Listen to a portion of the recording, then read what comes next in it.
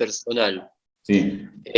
O sea, de índole personal no, digamos, pero no sé, antes de que se terminen de conectar todos. Sí. Yo le quería preguntar sobre la sanción. O Sí. sea, la autoridad moral de quien aplica la sanción, digamos, ¿en algún momento queda en tela de juicio, por decirlo de una forma? Quiero decir, por ejemplo, mira, pasó lo siguiente, un compañero de trabajo estaba con un celular. Viene una persona y le dijo, guarda el celular, porque sabemos que no se puede usar el celular en el trabajo. Más luego esa persona, quien le dijo, no use el celular, estaba usando un celular. Entonces yo digo, ¿con qué autoridad moral viene el chabón este a decirle, perdón la expresión, ¿no? Viene el flaco este a decirle que no haga algo cuando él mismo también lo está haciendo? Entonces yo preguntaba, digamos, como la autoridad moral, si cabe el término. O sea, ¿cómo, Ya. digamos, cómo nosotros, o sea, quiero decir, la ley está impuesta, digamos, o sea, sanciona, no sé, un No, juez? te entendí perfectamente, Daniel. Te entendí Perfecto, perfectamente. listo. Primero, no es una pregunta personal, por más que sea un caso personal, es una pregunta que viene bien, ¿no? Digamos, nosotros no hablamos de autoridad moral, porque justamente Kelsen no habla de moral. La moral está exenta de su estudio en la teoría pura del derecho. ¿Está? Cuando hablamos de autoridad competente, hablamos de aquel órgano que está autorizado por una norma jurídica del sistema jurídico, ¿no? Que autoriza a esa persona a justamente realizar ese acto coactivo, ¿no? Ahora bien, no quiero, o sea, cuando yo lo diga esto, obviamente ustedes lo van a relacionar con algún caso político, ¿no? Pero no, yo no digo sin hacer política. Las autoridades, ¿no? De las cuales emanan las normas, también están obligadas por las mismas. ¿Está? Si, digamos, en el contrato de trabajo, que vos me estás hablando para no referirme a otro tipo de cosas, digamos, el empleador tiene la dirección de la empresa, con lo cual puede decir establecer normas, digamos, básicas entre esa relación de trabajo que estén de acuerdo con la ley de contrato de trabajo, por supuesto, que es de orden público, como por ejemplo no poder usar los celulares en el trabajo, ¿sí? Ahora, si a su vez esa persona que estaba usando, vos me decís, el celular, es un empleado, ¿no? Que es jerárquico, también le cabe la norma. Entonces también tiene que cumplirla. Vos lo que podrías es decirle al órgano superior, digamos, de la empresa, que hay alguien que está usando el celular. Eso es una cuestión, digamos, no es una cuestión de autoridad moral o autoridad jurídica. Ajá. Si yo digo, si yo soy el legislador, ¿no? O dicto un DNU, un decreto de necesidad de urgencia, soy un legislador que yo, por ejemplo, digo, hay que hacer esto, y yo no lo hago, y yo después voy a tener una consecuencia jurídica. ¿Entendés lo que te quiero decir? Sí, sí, digamos, Pero, la sanción también cabe, pero por ahí en mayor intensidad, digamos, o con no, mayor no, claro, pero fuerza. no porque yo tenga o no tenga autoridad moral. Después vos, digamos, jurídicamente es así. Después la cuestión moral es una cuestión individual, ¿viste?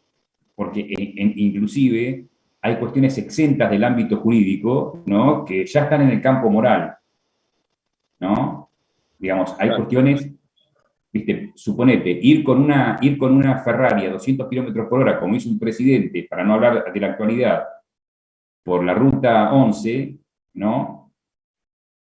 Es el presidente, digamos, es uno de los que promulga las normas, y también las normas están para que él también las cumpla. Pero yo no digo que él está moralmente obligado, él está jurídicamente obligado a cumplirlas. ¿Está? Ahora, después, Está bien, hay que hacer una separación entre lo moral y lo jurídico, digamos, digamos. yo, por ejemplo, de acuerdo a la escuela que yo soy positivista y del escepticismo ético, y que enseñan a muerte mucho más. Claro, claro. Pero otros quizás piensen distintos, pero yo, a ver, esto es en el concepto de derecho, porque no es que yo no tenga moral. Algunos dicen, claro, vos, no, nosotros separamos el derecho y la moral, pero yo también hago un análisis moral de la cuestión. No es que una vez salía de clase, que yo había dicho que digamos, yo para mí todos los juicios de valor son subjetivos y por lo tanto relativos. Entonces me dicen, un alumno cuando salíamos de clase me dice, Eduardo, pero vos sabés que qué bien que hablabas, dice, así que me dejaste mal, porque veo que no tenés moral, entonces, no, ¿qué tiene que ver? No, separo conceptualmente el moral y la derecha, digamos, una separación conceptual entre moral y derecho. No es que quiere decir que vos no tenés moral. ¿Me seguís lo que te digo? Sí, En sí, el caso que claramente, vos, claramente. en el caso que vos planteás, ¿no? La autoridad, esa persona que te dice que no uses el celular, seguramente está autorizado porque alguien le dijo, mira, controla a los empleados que no usen el celular, pero a su vez esa norma también lo incluye a él, que no tiene que usar el celular. Entonces vos tranquilamente podrías, suponete, grabarlo y mandárselo a su superior y decirle, mira, él está usando el celular. Lo estarías castigando, digamos, lo estarías promoviendo que lo Sí, echen, sí, ¿no? no Entonces sería después, alcahuetear, o sea, es como un alcahuete, pero claro. Pero yo, bueno, yo iba, digamos, digamos como para hacer una separación entre, bueno, bien lo explica, la autoridad, hago comillas, digamos, autoridad moral, claro, pero vos me estás hablando de autoridad jurídica, digamos. O jurídica, sea, siempre, está bien, y digamos, aparte, Joaquín, en digamos, que él siempre se, tenemos una persona, o en este caso la ley, que es la que, digamos, nos pone, digamos, estamos todos por debajo de la norma, siempre. sí, a mí hay una frase que me gusta, el parámetro del sentido, ¿no? De una conducta siempre te lo da la norma jurídica. Es una frase kelseniana, ¿no? ¿Qué quiere decir? Que vos querés hacer algo, ¿no? Pero el parámetro del sentido te lo va a dar la norma. Si vos querés hacer, por ejemplo, un contrato conmigo y yo no lo acepto, vos no puedes decir que celebraste un contrato, porque el parámetro del sentido del acto que estamos realizando te lo va a dar la norma. Y para que haya un contrato tiene que haber oferta y aceptación. ¿Entendés? Bueno, pero eso sería, digamos, en clase, si hubiera clase, podríamos mucho más fácil quedarnos, el Zoom es mucho más aburrido, pero Sí. bueno. Bueno, por lo menos como para hacer una previa antes de la clase. Sí, no, no, perfecto. Bueno, ya hay Gracias, bastantes, profe. así que vamos a empezar, digamos, tengo ya sentado lo que es sanción, es el acto coactivo o coercitivo de fuerza actual latente, consistente en la privación de un bien, ese bien debe ser valioso para la mayoría de la sociedad, debe ser, como dijo Daniel, autorizado por un órgano competente y como consecuencia de una conducta voluntaria del individuo, ¿no?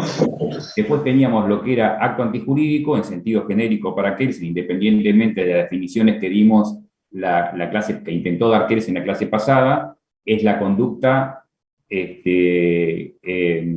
sancionada, ¿no? Para hacerlo más fácil, que es un acto jurídico, es la conducta que está sancionada. Obviamente, dentro de la clasificación de Kelsen entre norma primaria y norma secundaria, es la que estatuye la norma primaria, que quiere decir, dado A debe ser S, siendo S la sanción, ¿no? Y el A sería el acto antijurídico. Digamos, si nosotros pudiéramos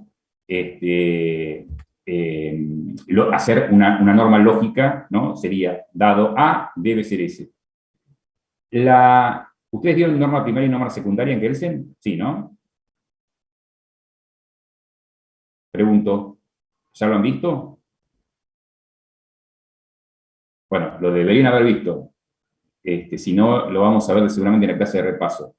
Kelsen decía que la norma secundaria era un mero derivado lógico de la norma primaria y era la que estatuía el deber jurídico o la obligación jurídica, ¿no? Entonces, en este sentido, sería muy fácil definir lo que es deber jurídico u obligación jurídica para Kelsen diciendo que es la conducta opuesta a aquella que está sancionada. ¿Qué quiero decir con esto? Que si dado A debe ser S, entonces la obligación jurídica debe ser no A. Si el que matare a otro será reprimido con prisión de 8 a 25 años, la obligación jurídica o el deber jurídico, lo que las normas jurídicas nos dicen que debemos hacer, es no matar. ¿Se entiende?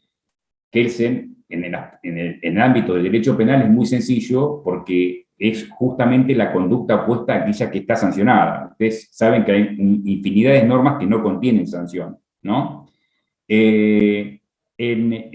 Clásicamente, en la doctrina clásica, se utilizaba, mil disculpas, no sé por qué dice Graciela Scalise, pero... Porque tenía el micrófono abierto. No escuché, perdón, mirá, no escuché. Si dijiste que soy horrible dando clase, no te escuché. Así que No, estás... no, reté a mis hijos justo, no sé si se habrá escuchado. No, no se escuchó, pero yo, bueno, pensé que me habías dicho algo malo a mí, porque dijiste mil disculpas, digo, bueno, tenías el micrófono abierto y dijiste algo más. Bueno, si ustedes van a la doctrina clásica, se utiliza, cuando ustedes vean obligaciones, que es civil 2, ustedes van a recurrir seguramente a una definición que se da, que dio Fiorentino en las Institutas de Justiniano, ¿no? Se le atribuye a Fiorentino, que dice que obligatio est iuris vinculum con necessitate astringimur alicuius solvendae rei secundum nostrae civitatis iura. No, pero esta es no, le quiero decir esto porque me la sé de memoria desde cuando estudiaba hace muchos años, que me recibí de abogado y hace muchos años que cursé. Se la van a aprender, pero no la tienen que aprender. Traducida es, obligación es el vínculo jurídico que nos constriñe a pagar alguna cosa según las leyes de nuestra ciudad. Kelsen critica esta postura porque dice, esta postura parecería que es naturalista, porque si la obligación es el vínculo jurídico que nos constriñe, ¿no? Ese constreñir parece que fuera que nos incita a cumplirla. Y Kelsen dice que no puede, que hay obligación jurídica ahí donde la norma imponga un deber, independientemente de la sensación que tengamos nosotros de cumplirla. Nosotros podemos no querer cumplirla o tener un aspecto negativo sobre el cumplimiento de esa obligación jurídica, pero tenemos que hacer. El típico caso es cuando yo tengo que pagar un impuesto. Digamos, no hay ningún, digamos, ¿qué cuestión moral hay o qué cuestión interna hay en mí para que yo quiera pagar un impuesto? Está, digamos, a mí cuando me ponen un impuesto no siento un impulso a pagarlo, ¿no? Tengo que pagarlo porque es una obligación jurídica. Si ustedes me dieran a elegir entre pagarlo y no pagarlo, yo no lo pagaría. Por ejemplo, el apoderarme ilícitamente o legítimamente de una cosa total parcialmente ajena, digamos, uno puede ser que tenga el impulso, puede ser que no tenga el impulso de no hacerlo, obviamente, yo tengo el impulso de no apoderarme de una cosa ajena, pero por ejemplo de pagar un impuesto, si no lo pudiera pagar, mejor, obviamente, ¿se entiende? Entonces, Kelsen critica y dice que únicamente el deber jurídico, la obligación jurídica, estará donde allí la norma nos impone justamente cumplir con una conducta. Entonces, digamos, si ustedes la quieren definir en pocas palabras y también hacerla depender de la palabra sanción, podemos decir que el deber jurídico es la conducta opuesta al acto antijurídico, o con la palabra sanción, el deber jurídico, la obligación jurídica es la conducta opuesta a aquella que está sancionada. ¿Sí? Entonces, si quieren me paran, avisé hoy temprano que cuando quieren me paran, si no sigo. Otro concepto jurídico básico es el de responsabilidad, ¿no? El de responsabilidad está ligado también con el concepto de sanción, porque responsable será aquella persona que en definitiva reciba la sanción, ¿no? No tiene nada que ver con el concepto que nosotros comúnmente usamos de responsabilidad, ¿no? Que decir, che, tenés que actuar con responsabilidad, como si uno tuviera que poner diligencia, ¿no? Una buena diligencia en los actos que realiza. Acá responsabilidad está únicamente relacionado al concepto de sanción, porque responsable es quien es susceptible de ser sancionado. O sea, ser responsable es aquel al que se le va a dirigir la sanción.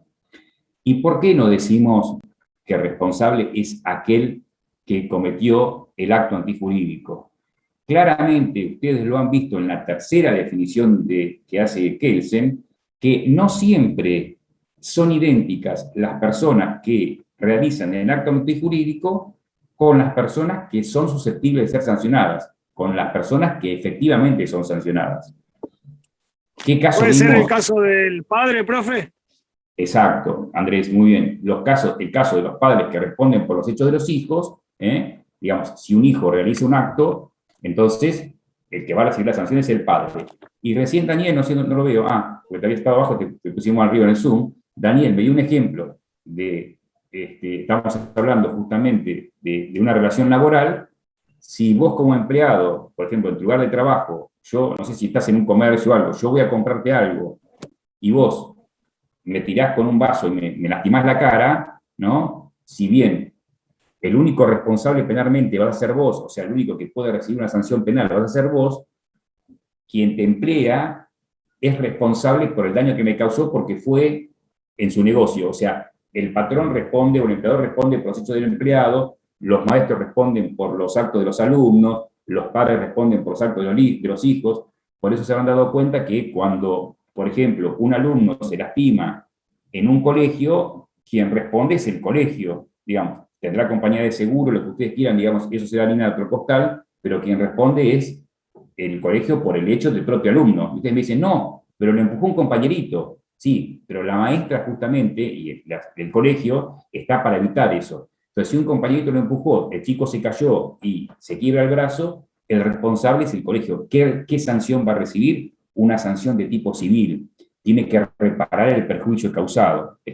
Vuelvo a repetir, están las sanciones penales, que son penas, como por ejemplo la pena privativa de libertad, la pena de multa, la pena de inhabilitación, y también están las sanciones de tipo civil y comercial, que es el pago de la indemnización, forzosamente.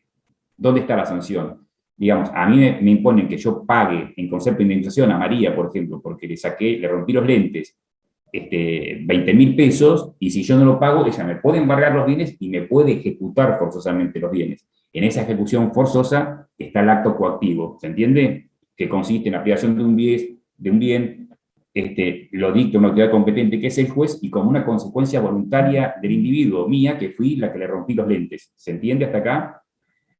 Cuando yo hablo, o cuando Andrés me dio el ejemplo correctamente de que los padres responden por los hijos, estamos hablando de un tipo de responsabilidad dentro de la clasificación.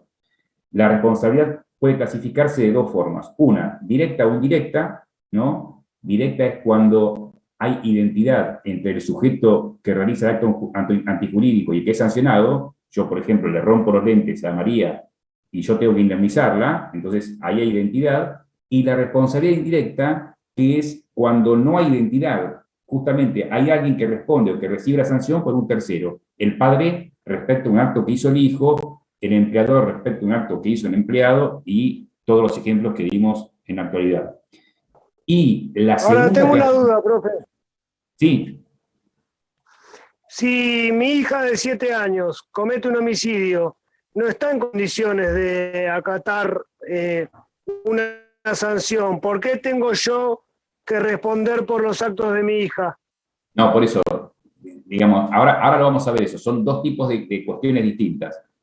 Digamos, justamente cuando vos respondés por tus hijos no tienen, ya lo vamos a ver, no tienen capacidad o no son imputables.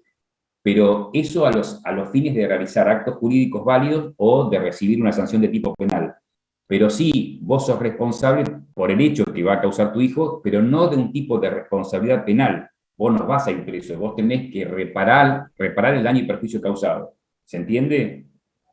Si, vuelvo a repetir, no tenés que... El responsable indirecto, por eso yo lo aclaré en el caso, por ejemplo, de Daniel. Si Daniel es mi empleado y le realiza un acto a Silvana, por ejemplo, ¿no?, que la perjudica, si le partió un bate por la cabeza y le causó un daño, responsable penalmente es Daniel. Yo no voy a ir preso si soy el empleador.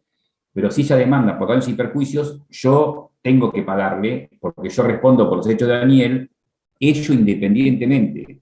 Ojo, que si Daniel tiene bienes, yo después puedo hacerle un juicio a Daniel para repetir lo que yo le tuve que pagar a Silvana. Pero esto es, digamos, es una cuestión jurídica que va más allá de lo que vemos en el concepto de responsabilidad, digamos. Sería avanzar en la carrera e ir ya a derecho civil 1, obligaciones, etcétera, que, digamos, no lo vamos a ver ahora. Entonces dijimos que una de las clasificaciones es directa e indirecta, y la otra de las clasificaciones es subjetiva y objetiva. Uno puede ser que responda solo por el daño que ha causado, con Profesor, lo cual... Sí. Perdón que interrumpa. Cintia. ¿Puede ser que lo directo tenga que ver con la moral? No, de ninguna manera. Ah, ok. No tiene absolutamente nada que ver. Directo es justamente cuando vos realizaste el acto por el cual te sancionan, ¿no? Okay. O sea, yo estaba jugando en la puerta de tu casa al fútbol, pateé la pelota y te rompí una ventana. Entonces, yo soy sancionado por un hecho que yo cometí. Está responsabilidad directa. Bien. Si estoy jugando con mi hijo y es mi hijo el que patea la pelota y te rompe la ventana, ¿no? Yo voy a tener que pagar tu ventana. Y el que pateó la pelota fue mi hijo. Entonces la responsabilidad es indirecta. El acto que causó el daño lo hizo otra persona. ¿Se entiende, Cintia? Sí, sí, profesor, sí entendí. Si no entienden, me cortan, yo no tengo problema, ¿eh? Bueno, Disculpe, una pregunta. Por sí, ahí Graciela. no necesariamente otra persona, porque si uno tiene una mascota y esa mascota muerde a alguien, por ejemplo, ¿no tendríamos responsabilidad ahí también? Sí, seguro, pero ¿sabés lo que pasa? El tema es si se considera, vos respondés como guardián, ¿no? Es así, vos respondés como guardián, guardián de las cosas y guardián de las mascotas. Después, vos va a haber toda una doctrina, ¿no? Que en ese caso vas a ver si la mascota es una extensión tuya, ¿eh? Porque vos no respondés por otra persona, respondés por algo que no es una persona, es un animal. ¿Entendés lo que te quiero decir? Pero sí, respondés. Vos respondés como guardián, ya sea como guardián de las mascotas, de animales, o como guardián de cosas. Si yo tengo, por ejemplo, un balcón y ese balcón se cae y te causa un daño, yo respondo, pues yo soy guardián de esa cosa. ¿Me seguís lo que te quiero decir? Sí, es distinta la responsabilidad, digamos, es distinto el No, concepto, o es no, el no, es mismo. igual. Es igual, vos vas a tener que, si vos tu perro ataca a una persona, vos tenés que pagar igual. O sea, la responsabilidad es que tenés que indemnizarla. Ya sea, si vos vas con un auto, ¿no? Y la atropellás, ¿no? Manejando vos, ya sea que vaya un perro y le ataque, ya sea que lo hagas vos. Vos vas a tener que responder siempre. Vos respondés directamente si lo hiciste vos o indirectamente si lo hizo otra persona. ¿Está? Después, sí, Otra la pregunta, responsabilidad como guardián de las cosas profesor. van a verla en profundidad en otras materias civiles. Es verdad. Lo que pasa es que uno quiere contestar todas las preguntas, pero, digamos, si se van a meter tan adentro de las cosas, se están adelantando en la carrera, ¿no? Ya lo van a ver después. Bien, gracias. Bueno, dijimos que la otra clasificación era entre objetiva y subjetiva. Objetiva es cuando yo respondo por el daño causado independientemente que yo haya realizado una conducta en ese sentido, y la responsabilidad subjetiva es cuando necesariamente tiene que haber una conducta del individuo que causa un daño.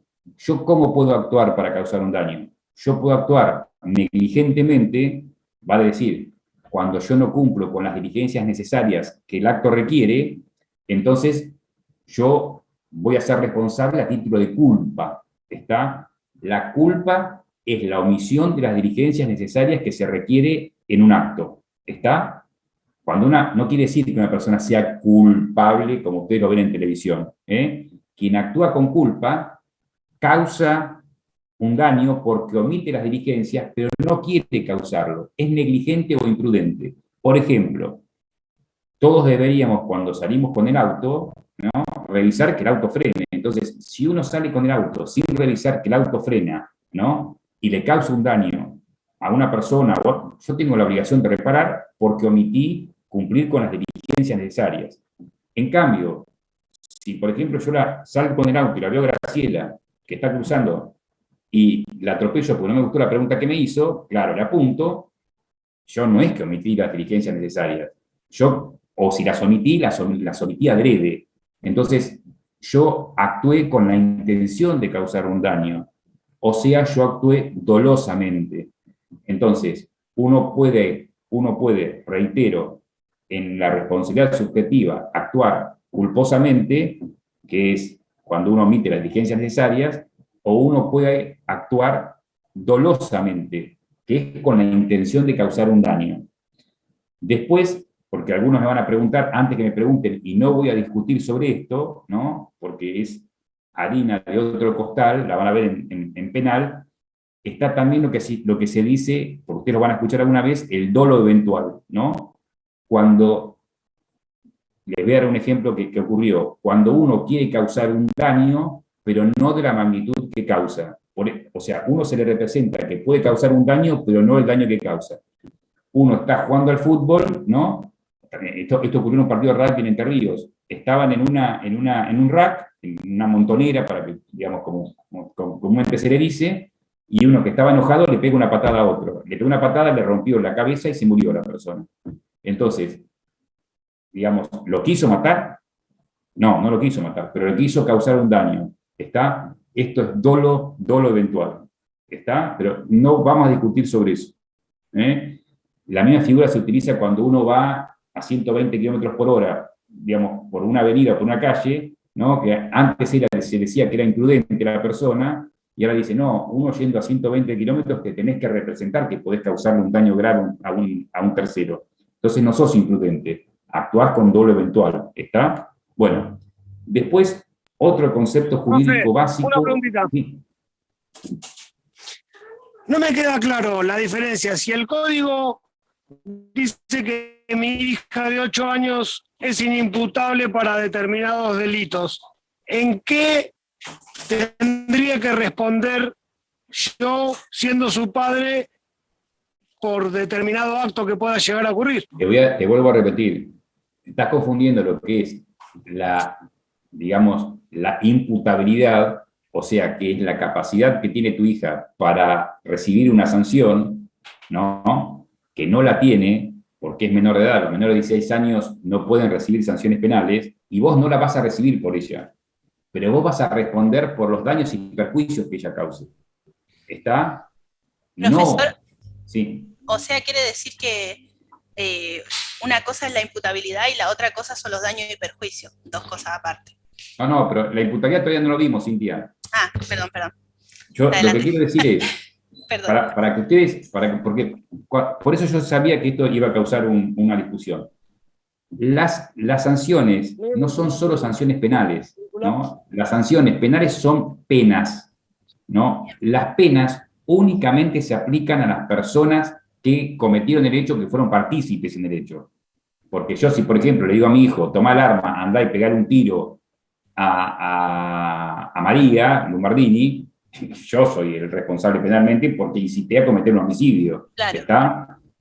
Pero si mi hijo lo hace, ¿no? Porque vio un arma y vamos a suponer, agarró el arma y la mató, él no va a ser penalmente responsable porque es inimputable por la sanción penal, ni tampoco yo me van a condenar a mí a una pena de prisión. O sea, yo no tengo una sanción penal, pero sí soy responsable civilmente por la indemnización de los daños que yo causé. ¿Está? Sí. Bueno, pasamos a otro concepto jurídico básico, que es el concepto de derecho subjetivo. Y vamos a hacer sintéticamente vamos a dar las dos posiciones que puede haber respecto a los derechos subjetivos, pero muy sintéticamente porque vamos a ver justamente la posición que él señala. Nosotros podemos decir que hay más derecho subjetivo que el derecho objetivo en la medida en que estemos en una posición naturalista, ¿no? Si nosotros decimos que nosotros gozamos de los derechos independientemente de la recepción que haya por parte de las normas jurídicas y estamos en una posición naturalista, entonces si hay un sistema jurídico que no consagre esos derechos yo igualmente voy a tenerlos. La posición positivista es que no hay más derecho subjetivo que el derecho objetivo, que algunos sostienen, no yo, algunos sostienen que podría ser que uno, digamos, en materia de derechos humanos, se considere que hay deberes, que hay derechos morales, ¿no? Pero nunca derechos jurídicos. Si las normas jurídicas no consagran el derecho, ¿no? Nosotros no tenemos ese derecho. O sea, que no hay más derecho que el derecho positivo. Entonces, en este pensamiento kelseniano, dice Kelsen que no hay una dualidad entre derecho objetivo y derecho subjetivo, sino que serían como el anverso y el reverso de una moneda. El derecho subjetivo sería el derecho objetivo desde el punto de vista de la gente, ¿no? Digo, si el artículo 14 de la Constitución Nacional dice que todos los habitantes, todos los ciudadanos argentinos gozan de los siguientes derechos conforme a las leyes que reglamentan su ejercicio, a saber, por ejemplo, a enseñar y estudiar, entre ellos, ¿no? Yo tengo el derecho subjetivo a enseñar porque hay una norma jurídica, ¿no? Que plantea que hay determinados individuos que cumpliendo determinadas condiciones pueden enseñar o dar clases. Pero no es distinto mi derecho subjetivo al derecho objetivo. Es el derecho objetivo desde mi punto de vista. O sea, el derecho objetivo dice que quienes reúnen estas condiciones, que concursan, que son abogados o o son profesionales y que tienen determinadas cualidades, pueden enseñar en la Facultad de Derecho. Entonces, yo concursé, tengo o no determinadas cualidades, entonces, desde mi punto de vista, yo tengo el derecho subjetivo a enseñar.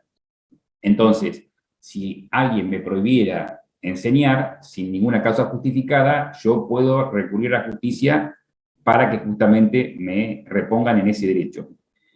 Kelsen dice que hay acepciones de derecho subjetivo. En realidad hay 6 principales, ¿no? Que la vamos a ver rápidamente. La primera, dice Kelsen, que se puede entender al derecho subjetivo como equivalente a no prohibido. Vale decir que todo aquello que no está prohibido está permitido. Si todo aquello que no está prohibido está permitido, yo tengo el derecho subjetivo a realizar cualquier conducta que no esté prohibida. Por ejemplo, si nosotros nos miramos a todos en este Zoom, vamos a ver que seguramente todos estamos vestidos en forma distinta, ¿no? ¿Por qué? Porque no está prohibido. Entonces, si no está prohibido vestirse de la forma que uno quiere para estar en clase, entonces está permitido y yo tengo el derecho subjetivo a realizarlo. Por eso vemos que cualquier persona anda por la calle vestida como quiere porque no está prohibida. Si, por ejemplo, estuviera reglamentado que para entrar a una audiencia hay que usar corbata, digamos, yo debería ponerme la corbata porque no tendría el derecho subjetivo a vestirme como quiero, sino que tendría determinadas condiciones. Está porque me prohíben vestirme como quiero. Digo, es uno de los ejemplos, ¿eh? O sea, cualquier acto en la vida que no esté prohibido está permitido. Yo puedo ir en malla a la playa, digamos, ¿por qué? Porque no está prohibido. Todo lo que ustedes quieran, digamos, se puede hacer. Yo puedo ir y tomar en un bar, por ejemplo, tomarme 3 o 4 cervezas y volver caminando a mi casa, porque no está prohibido. Estaría prohibido que yo circule con determinado grado de alcohol en sangre si yo voy en auto. ¿Se entiende? La segunda acepción de Kelsen de derecho subjetivo es derecho subjetivo como autorización. Allí donde hay una norma jurídica que me autoriza a realizar determinado acto, yo tengo el derecho subjetivo a hacerlo. El ejemplo más común es, ¿no? Daniel, ¿vos dónde trabajas? Yo trabajo en un mercado mayorista, en Jaguar. Bueno, no sé si en un mercado tienen mayorista. India. Allí donde ese mercado mayorista, ¿no? El titular de ese mercado mayorista tiene una habilitación, ¿no? No escuché cuál es, pero no importa. Dice, tiene una habilitación que dice, vamos a suponer que sea Daniel Guerrero. Daniel Guerrero está habilitado para vender mercaderías al por mayor. La habilitación municipal es una autorización que le da la municipalidad para poder ejercer el comercio. Allí donde hay una autorización, hay un derecho subjetivo a realizar esa conducta.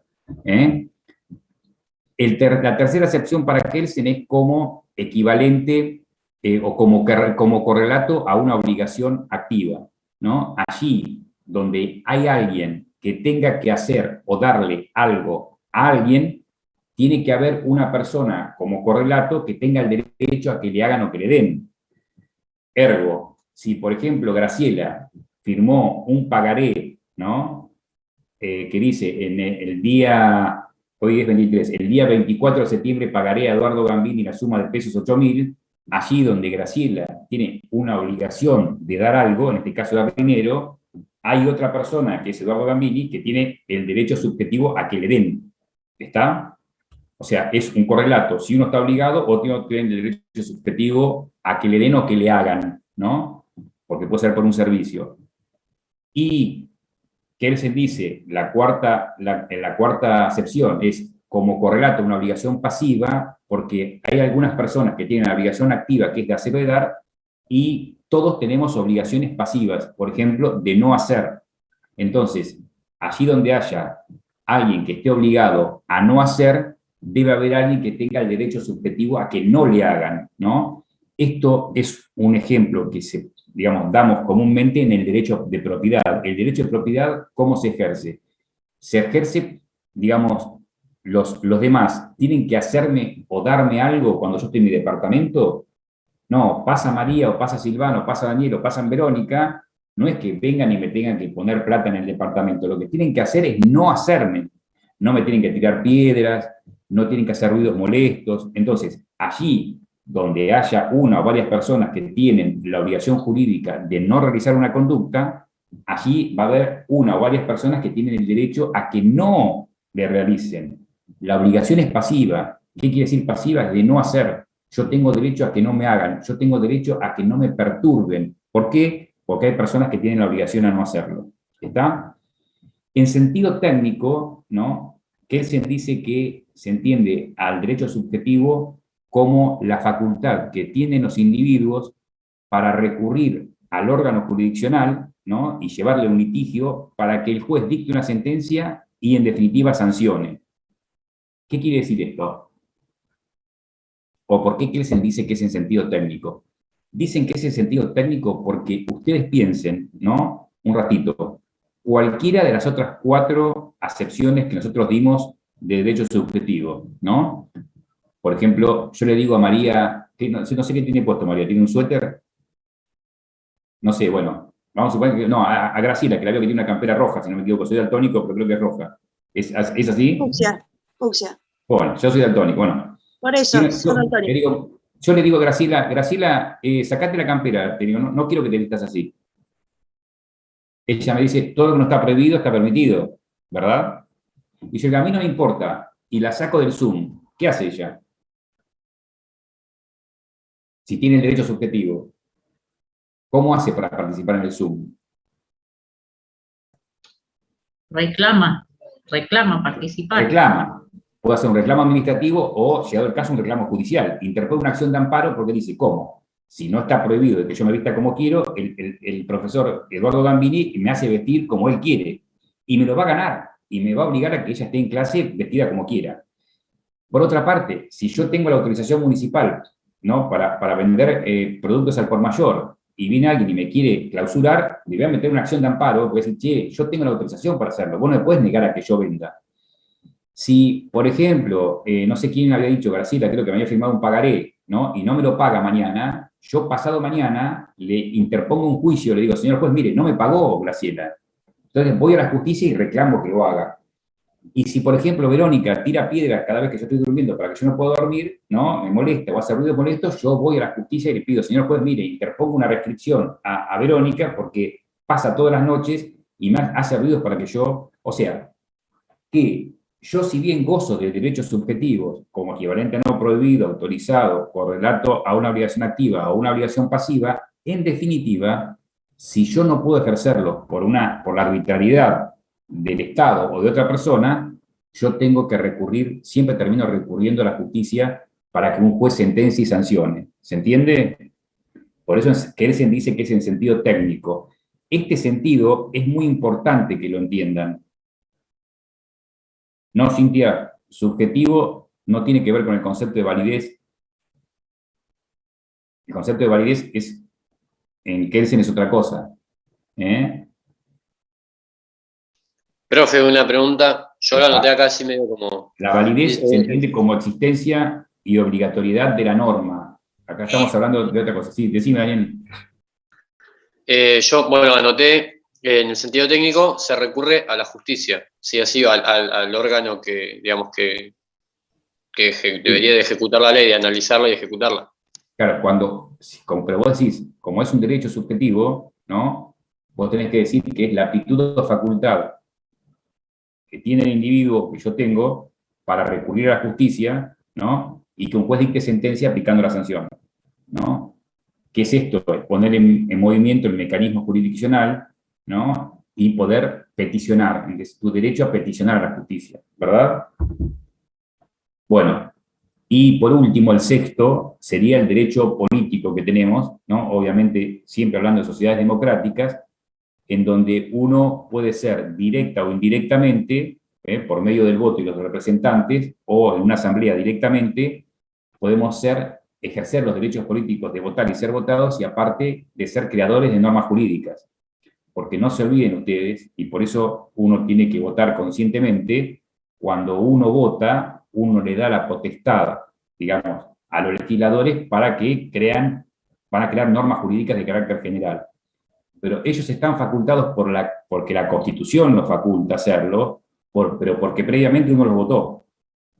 Entonces, digamos, uno indirectamente es creador de normas jurídicas porque con nuestro voto ¿no? Hacemos que una persona vaya al Congreso y que esa persona forme parte de un cuerpo que dicte normas generales. ¿Se entiende? ¿Pasamos a otro concepto o tienen alguna duda? No tienen duda. Bien. Hay 3 conceptos. Gachito, profe, disculpa. Sí. Correlato a una obligación activa, ¿puede ser? Uno de esos conceptos. Activa. Mira, yo si querés te lo repito. Claro, sí, o sea, solamente los 6. Así lo termino de copiar. Listo. Como equivalente a no prohibido. 2. Como equivalente a autorización. 3. Como correlato a una obligación activa.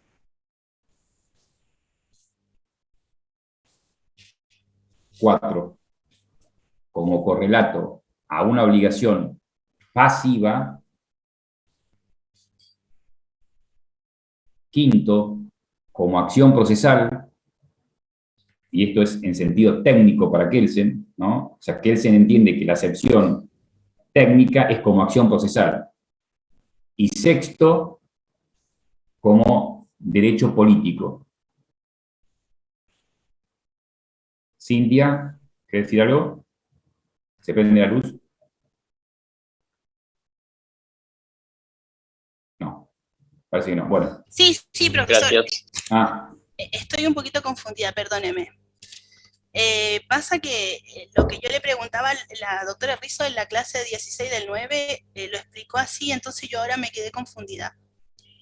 Perdón, pero prefiero aclarar mi duda que después tener malo eso en el TP. Sí, no, decime, ¿qué duda tenés? Eso, lo de lo subjetivo, ella dijo que en Kelsen tenía que ver con el concepto de validez. Entonces yo me quedé pensando porque lo anoté y usted me dice que no tiene nada que ver, entonces, ¿a qué le creo? Yo, sinceramente, no estuve en clase, pero no creo que la doctora Rizzo haya dicho que lo subjetivo tiene que ver con el concepto de validez. No, digamos, está descontextualizado lo que estás diciendo, Cintia. El concepto de validez en Kelsen, ¿no? Según lo que vos podés ver en Nino, es Kelsen habla como existencia o como fuerza obligatoria de una norma. Y una norma va a ser válida en la medida que sea, justamente ahí hablas de la cadena de validez, una norma va a ser válida en la medida que haya sido dictada por una norma válida superior, ¿no? Pero no sé realmente a qué te referís con lo de subjetivo. Acá estamos hablando de derecho subjetivo. Como concepto jurídico básico, no tiene nada que ver con el concepto de validez y eficacia, por ejemplo, que ves en sistema jurídico en Kelsen. Pero cualquier duda que tengas, yo no tengo problema. Vos preguntame, pero, digamos, la pregunta tiene que ser consistente. A ver, decímelo, por favor. Sí, no, es muy largo para poder explicarlo acá, pero bueno, no importa. No, pero yo no quiero que te quedes con una duda, pero, digamos, ¿cuál es real la pregunta? Nada, es que por lo que yo noté, dice Kelsen que hay, para distinguir dentro del mundo jurídico entre el sentido de una persona, le da el sentido objetivo. Esa es la acción que tiene para el mundo del derecho. Son las normas que se le darán conducta humana y determina el sentido subjetivo. Y está ya te entendí. Bien, perdón. No. Bueno, porque capaz que yo estoy un poco... Mira, vos si hubieses estado al principio, nosotros justamente hablamos de esto y dijimos que no sabía que la doctora Rizzo lo había dado, que daba para discutir mucho, ¿no? Entre el sentido subjetivo y objetivo del acto que realiza una persona, ¿no? Está bien, sí, está Entonces, bien. No, pero escuchá, una cosa es el sentido subjetivo que quiere hacer, pero esto no tiene nada que ver con derecho subjetivo. Una cosa es ese sentido subjetivo que una persona quiere darle al acto que está realizando, ¿no? Yo dije, yo quiero hacer un testamento, ¿no? Y yo lo hago en un WhatsApp, por ejemplo, y no va a ser válido. Justamente va a ser la sanción que tienen los actos jurídicos que no cumplen con determinadas normas, es la nulidad. Ese acto no es válido, es inválido. ¿Por qué? Porque hay un sentido objetivo del acto que yo estoy realizando, y para ese sentido objetivo del acto que estoy realizando hay como parámetro una norma. Entonces, el sentido del acto que estoy realizando para el derecho va a estar dado en cómo la norma entiende ese sentido. Entonces, la norma, para entender que yo quiero hacer un testamento, yo tengo que cumplir con determinados requisitos que la norma me impone justamente. ¿Entendés, Cintia? Sí, profesor, entiendo.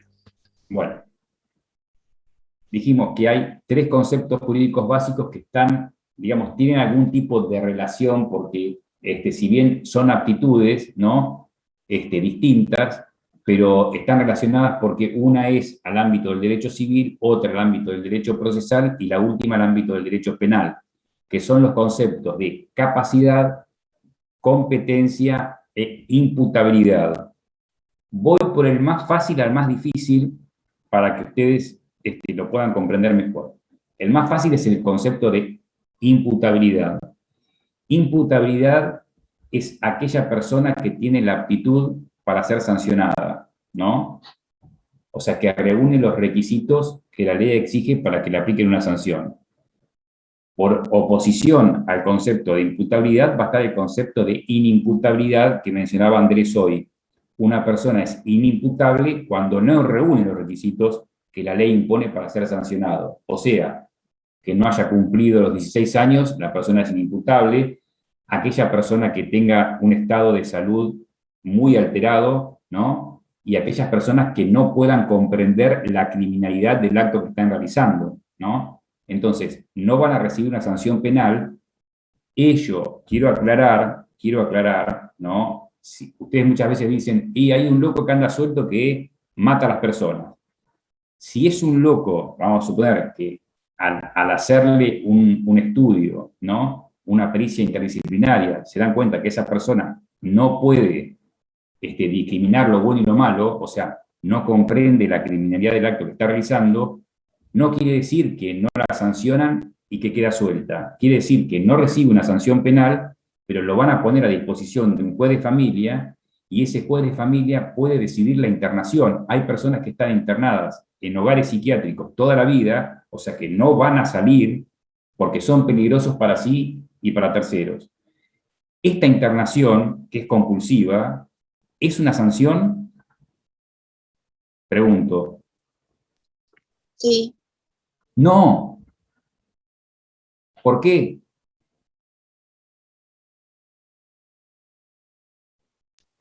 Porque la Porque persona está es cuidando a la imputable. persona. Porque no La cumple persona es con imputable. porque La no persona es es imputable. apto para ser imputado. Pero Porque si yo hablo está de cuidando a la sanción, persona. si yo hablo de sanción, ustedes vayan a requisitos de sanción. ¿Qué requisitos falta para considerar eso que es una sanción? La conducta. Que no es como consecuencia de la conducta voluntaria del individuo, porque esa persona no mató voluntariamente, porque su acto fue realizado sin discernimiento.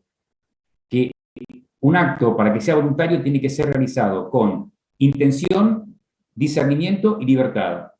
Esa persona no tiene discernimiento. Profe, y en caso de una persona que esté bajo de sustancia ilícita, estupefaciente y todo eso, entraría como... Una persona que tenga una ebriedad o que esté totalmente drogado, ¿te estás refiriendo? Sí, eso es exactamente eso.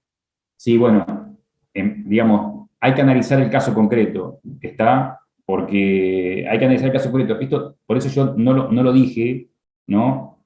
Porque no hay una consideración general respecto a eso. Si en principio la persona que está en un estado de ebriedad o que está drogado, puede ser que no comprenda la criminalidad del acto que está realizando, pero hay que analizar el caso concreto, porque si no, yo, por ejemplo, tomo alcohol y voy y mato a alguien, entonces me decía, no comprendí la criminalidad del acto, ¿no? Hay que analizar el caso concreto, por eso no voy a dar consideraciones generales.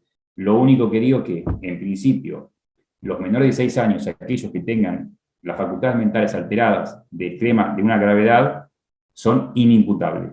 Eso en el ámbito del derecho penal. En el ámbito del derecho procesal, ustedes me pueden decir que también es en otro ámbito el concepto de competencia, y yo les voy a decir que sí, que tienen razón, pero yo lo asimilo para que ustedes lo entiendan mejor al ámbito del derecho procesal, es que la competencia es la actitud que tienen determinadas personas para dictar normas jurídicas individuales y por ende dictar sentencias y sancionar. ¿Cuáles son las normas jurídicas individuales? Pueden ser los contratos o las sentencias.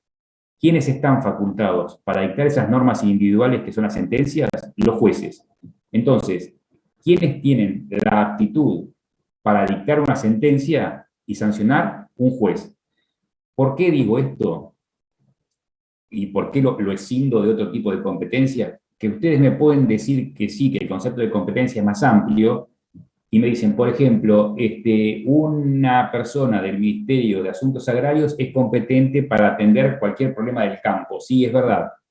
Pero asociado al concepto de quinceañero de sanción, digamos, la competencia fundamentalmente es la aptitud que tienen los jueces para ejercer su jurisdicción, ¿no? No todo juez es competente, digamos, y puede dictar sentencias en un caso concreto, porque hay distintas clases de competencias. Por ejemplo, hay jueces que tienen competencia en el ámbito del derecho laboral, otros en el ámbito del derecho civil y comercial, otros en el ámbito del derecho administrativo, otros en el ámbito del derecho de familia, y no sé qué me faltó, seguramente no sé si me faltó alguna competencia. Por ejemplo, de acuerdo a las ramas, también hay competencia territorial. Un juez que es del Departamento Judicial de Mar del Plata puede ser competente en hechos que ocurran en el Departamento Judicial de Mar del Plata. Hay una limitación espacial. También el juez puede ser competente en razón del turno, ¿no? Cuando uno va a interponer una demanda en un juzgado de familia, está de turno el juzgado de familia hoy, por ejemplo, el 5, mañana está el 4, o sea, por cada semana, cada 15 días van cambiando, o si es civil y comercial, es sorteo, se sortea al 8, sortea después al 6, al 3, al 2, y van sacando las bolillas, y se sortea, lo mismo que los casos del Tribunal de Trabajo. Y también hay cuestiones de competencia de acuerdo al fuero. No es lo mismo el fuero federal, que es para casos nacionales, que el fuero provincial es para casos provinciales. Por ejemplo, si nosotros estamos en la Facultad de Abogacía y Graciela se tropieza en los escalones del aula magna y se cae, va a ser un juicio por daños y perjuicios, ¿no? Porque no se adoptaron las medidas para que ella no se pueda tropezar. Se lo va a hacer ¿a quién? A la Universidad Nacional de Mar del Plata. ¿Y quién va a entender? La justicia federal, porque justamente la universidad es nacional. Si pasa algo en el puerto, que es nacional, también se tiene que litigar en el ámbito o en el fuero civil, federal. En cambio, si Graciela sale a la calle y, por ejemplo, pasa algo en la vereda de enfrente de la facultad, en la plaza, se tropieza porque hay un pozo en la plaza, le va a hacer un juicio a la municipalidad. Y será competente el juez en lo contencioso administrativo del Departamento Judicial de Mar del Plata de la Justicia Provincial. Porque es en razón del fuero. Bueno, dicho esto, vamos al concepto que quizás sea un poquito más complicado, que es el concepto de capacidad, ¿no? Que está relacionado al ámbito del derecho civil. Cuando una persona es capaz o cuando una persona es incapaz. Una persona es capaz cuando, decimos, cuando puede ser titular de relaciones jurídicas. Una persona es incapaz cuando no puede serlo. Ahora bien, la capacidad en el ámbito del derecho civil se clasifica en lo que es la capacidad de derecho y la capacidad de hecho. La capacidad de derecho es la aptitud o facultad que tiene el individuo de ser titular de relaciones jurídicas patrimoniales. Y la capacidad de hecho es la aptitud que tiene una persona para ejercer por sí mismo esos derechos. La pregunta es si a estas capacidades, ¿no?, correlativamente deviene algún tipo de incapacidades. ¿Qué quiere decir? Si yo digo que la capacidad de derecho es la aptitud para ser titular de relaciones jurídicas patrimoniales, si puede haber una incapacidad de derecho, por lo tanto, si pueden existir personas que no puedan ser titulares de relaciones jurídicas. Pregunto, ¿ustedes qué opinan? Hay personas que no pueden ser titulares de derechos y en el segundo supuesto de la capacidad de hecho, ¿hay personas que no pueden ejercer por sí mismas esos derechos? ¿Qué ibas a decir, Graciela? A la segunda voy a decir que sí. cuando dijo que hay personas que no pueden ejercer,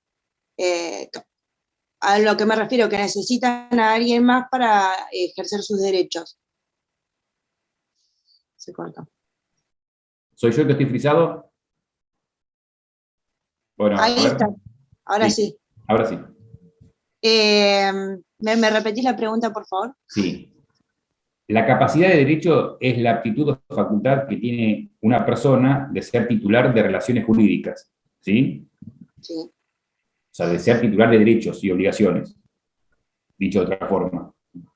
Y la capacidad de hecho es la aptitud o facultad que tiene una persona para ejercer por sí mismo esos derechos o cumplir con las obligaciones. Pregunto, ¿hay incapaces de derecho? Quiere decir, ¿hay personas que no tengan la aptitud de ser titular de derechos? Y la otra pregunta es, ¿hay personas que no pueden ejercer por sí mismos esos derechos? Hay personas que pueden ejercer por sí mismos los derechos, es así. Por ejemplo, yo lo que entiendo, ¿no? Si en una herencia, para usar del dinero que se me heredó y soy menor de edad, no lo puedo usar porque no tengo la capacidad para usarlo. Sí. Eso es lo que entiendo yo. Y la otra pregunta no la entiendo. Vamos a lo que estás diciendo, Graciela, ¿no? Bien. Muy bien. Digamos que la capacidad de ejercicio se obtiene regularmente, ¿no? A los 18 años. Uno a partir de 18 años es plenamente capaz para ejercer por sí mismo los derechos. O sea que no tiene que recurrir a ningún tipo de representante, ya sea, por ejemplo, representante legal, como pueden ser los padres o los tutores. ¿Qué quiere decir esto? Que yo, cuando cumplo 18 años, puedo ejercer por sí mismo los derechos, pero cuando no cumplo 18 años, necesito un representante. O sea que soy incapaz de derecho porque necesito un representante. Esto es, las personas por nacer, los menores y también aquellos que son declarados judicialmente, que no poseen, que son declarados incapaces. A esa persona la va a representar un curador y a las personas por nacer y a los menores los van a representar los padres. O sea, que el ejercicio de los derechos lo van a hacer los padres. Esto, después Graciela, lo van a ver más adelante, esto no quiere decir que los padres puedan utilizar o disponer el derecho de los menores como quieran, ¿no? Si van a disponer necesitan autorización judicial, pero bueno, digamos, son los representantes naturales. De última, si vos, por ejemplo, sos menor y heredaste, como decís, una casa y tus padres quieren venderla porque es necesario para, no sé, para comprarte algo mejor para vos, van y lo peticionan judicialmente. Vos no podés venderla. Son los padres en representación si están autorizados. La otra pregunta era que esa es la capacidad de hecho, pero previamente está la capacidad de derecho, que es la aptitud para ser titular de derechos y obligaciones, para ser titular de una relación jurídica.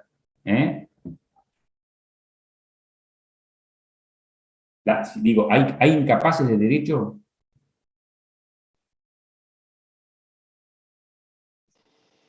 Yo creo que sí. No.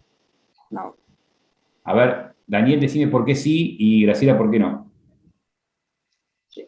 Yo, un derecho, porque el derecho es algo, los derechos son, no puedo decir, no, yo no quiero este derecho o no lo voy a ejercer. El derecho es de la persona, no creo que puedas elegir tenerlo o no tenerlo. No, pero no es una cuestión de elección. No apagues el micrófono. Yo creo que estás acertada en tu razonamiento, pero no lo expresas bien. Bien. No sé cómo expresarlo distinto. La pregunta que te hago es esta. Si vos no tuvieras derechos, sos una persona que no tenés derechos, no podés ser titular de un derecho, no podés ser propietaria, digamos, ¿viste los derechos subjetivos? ¿No? Sí, pero... No tenés ninguno de esos derechos. ¿Qué serías?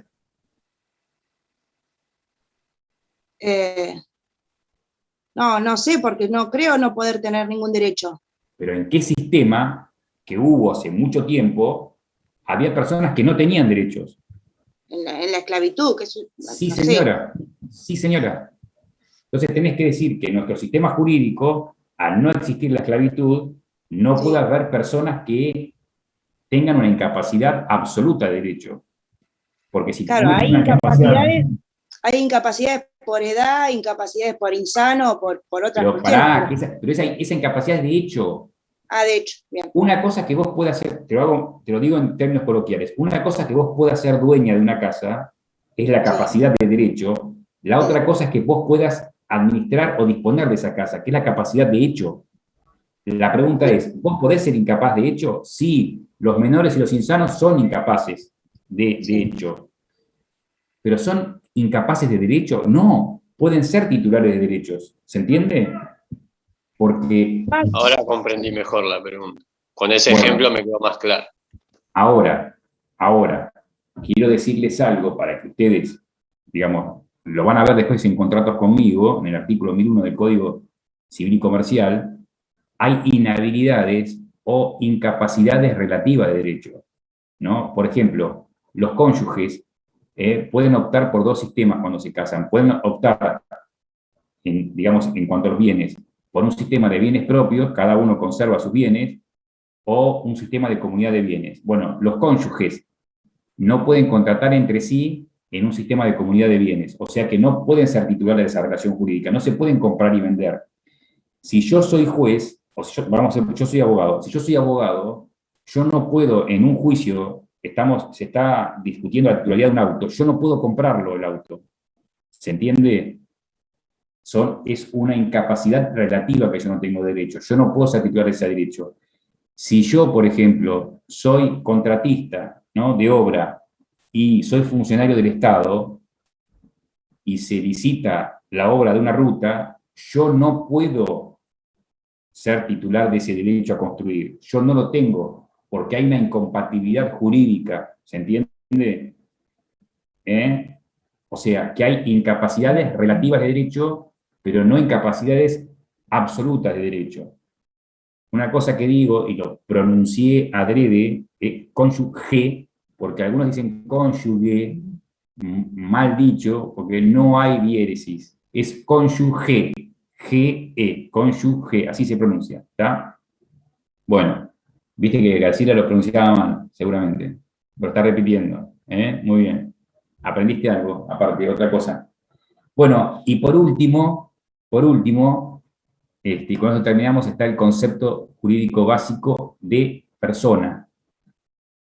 Quiero aclarar que cuando hablamos de persona, no nos referimos, en el aspecto, digamos, cuando hablamos de persona en Kelsen, no nos referimos a ningún tipo de cuestión fisiológica o anatómica, ¿no?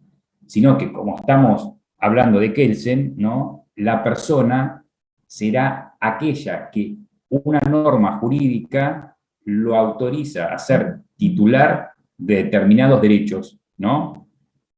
Dicho, y esto por si no lo van a leer o no van a rever la clase actual, quiero que lo copien, porque es como se resume el concepto de persona en Kelsen.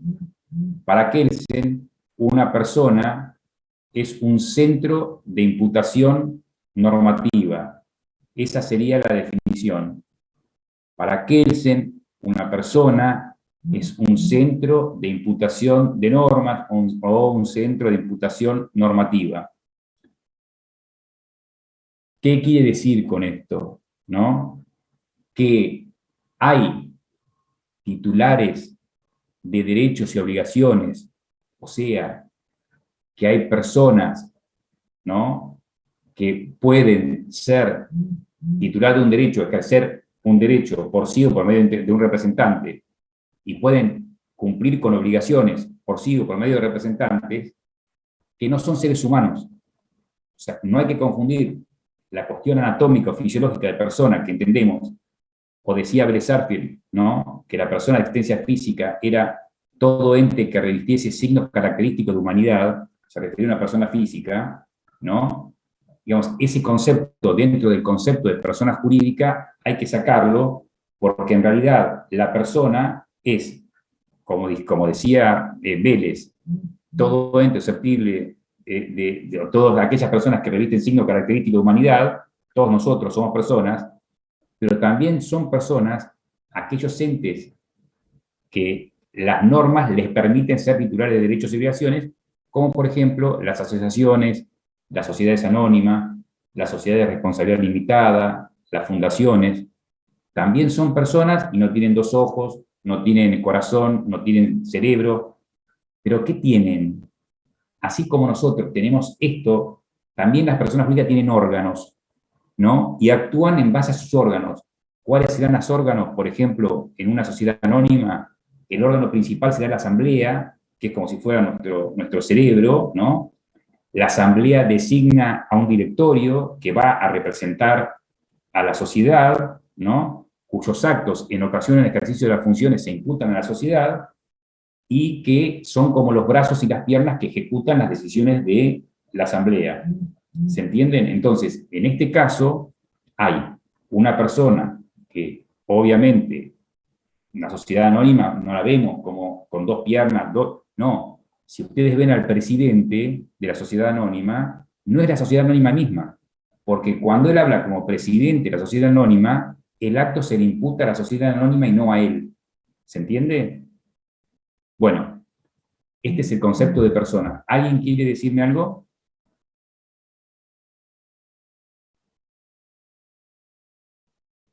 ¿Alguien quiere hacer algún tipo de pregunta? ¿O esperan al martes? Profesor, ¿puede repetir, porque no llegué a copiar hasta el final? ¿Para Kelsen una persona es un centro de imputación? Normativa, o un centro de imputación de normas. De norma. Gracias. Profe, y Sí, escucho. chica y persona. No escucho. No sé si soy yo el que estoy frisado o es él. Profe, ¿podría volver a aclarar la parte de la capacidad, ¿sí? ¿De qué parte? De derecho y de hecho, ¿sí? Porque, bueno, después dijo, como explicó, que hizo que no son obligatorias para todos, o algo por el estilo que no me quedó muy bien. No. Si te quedaste, no. Olvídate, no tiene nada que ver con obligación, no. La capacidad de derecho es la aptitud o la facultad que tiene un individuo para ser titular de un derecho, ¿no? Por ejemplo, todos los habitantes de la nación argentina tienen derecho a tener un celular. Vamos a poner ese ejemplo, ¿no? Puede ser una casa, un auto, lo que sea. Pero todos tienen ese derecho. Ahora bien, ¿todos podemos ejercer por sí mismos esos derechos? No. Hay personas que no tienen la capacidad de hecho. Por ejemplo, si quieren comprar un celular, un chico de 7 años no puede ir a un comercio a comprar un celular, lo va a comprar el padre, ¿está? Y se lo puede comprar y regalar al hijo, ¿está? Entonces, capacidad de derecho tenemos todos, capacidad de hecho hay personas que no lo tienen. ¿Quiénes no son capaces de hecho? Las personas por nacer, las que están en el vientre materno, los menores que no tienen el grado y madurez suficiente para comprender el acto que están realizando, y por último, los incapaces que son declarados en juicio.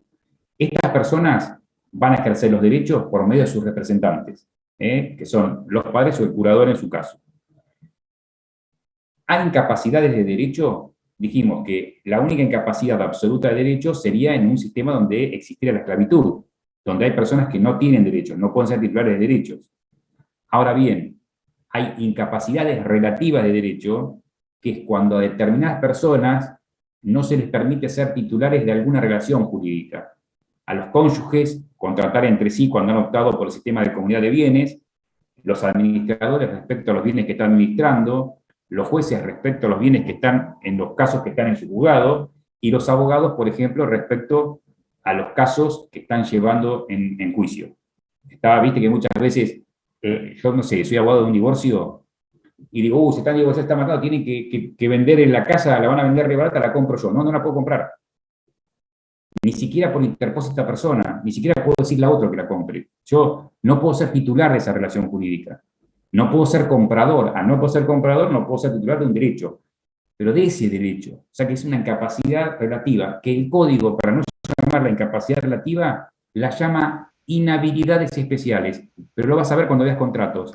Y lo vas a ver conmigo, seguramente, si te anotas en la comisión mía, lo vas Y a si ver sigo conmigo. avanzando en la carrera. No, pero está bien, claro, porque yo era en la parte de incapacidad en la que me había quedado, no en la parte de ¿Está bien? capacidad, en el otro lado. Me ¿Está parece bien? perfecto, y si lo entendiste, hiciste bien en preguntar.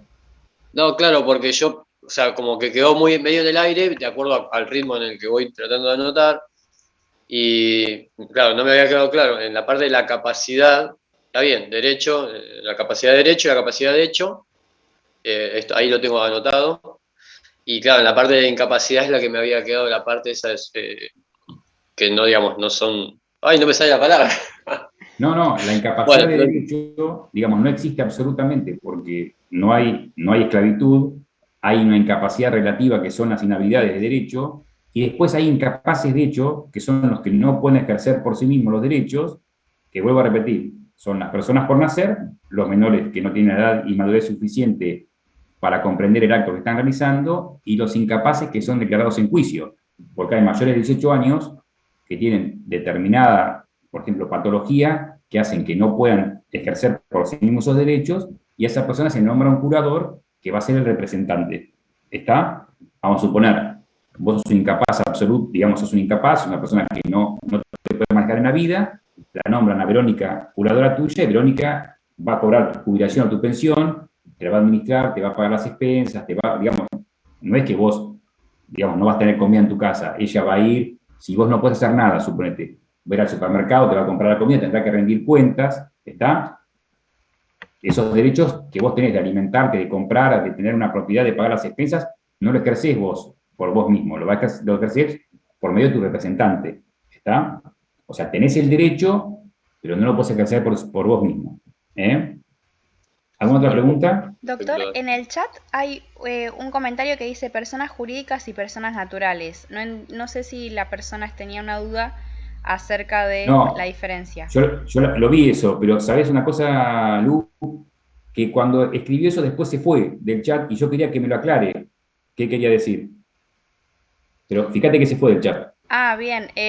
Brian, estás... No está. Hace un minuto justo lo había visto. Bueno. No, por eso, pero yo justo cuando iba a preguntarle a ver qué quería decir con esto, se fue. Gracias, Lu, pero lo había visto justo. ¿Alguna pregunta? Si no, el martes nos vemos en la clase de repaso. Fíjense cualquier pregunta que tengan y me hacen saber el martes. ¿Listo, chicos? Bueno, que tengan buenas noches. Gracias, profe, Chao, por la Chao, previa. gracias, profe. Ya, profe. Buenas noches. Hasta luego. Chao, hasta luego. Gracias. Chao a todos.